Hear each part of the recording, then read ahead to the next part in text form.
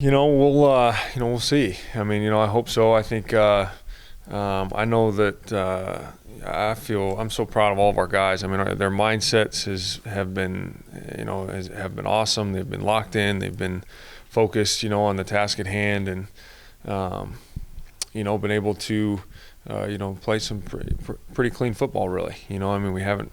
We've taken care of the football. We've played well at the line of scrimmage, and we're going to need to continue to do those things this Saturday. It's a big test for us. It'll be tough. They do a great job of not giving up points. I don't know how many weeks in a row, how many games in a row they've held people under 30, but they're stingy when it comes to scoring. I think our preparation this week's been way better than it was last week. I would have questioned our focus last week at certain times in practice, and we've been way better this week preparing.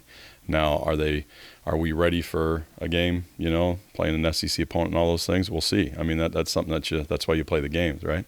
It'll be a deal that you say, okay, now, when it gets tight, I think that's as a team. How are we going to respond when, instead of being up by 50, because our offense is scoring every drive, you're not playing with any, with your booty being real tight, But if you're in a game that's, a tight game, how are we going to respond? I don't know. That'll be something to see. It'll be interesting. Yeah, I remember the cowbells. They stand out well, and so I was at Alabama at the time, so it was it was a pretty big rival. That's there's not much separating Starkville and Tuscaloosa, so it was it's always a big game in the SEC. So, but it's allowed to have a great fan base just like we do. It's very similar to our fan base, except for those cowbells. They ring those cowbells and it gets loud, and the cowbells kind of that sets Mississippi State apart from pretty much every other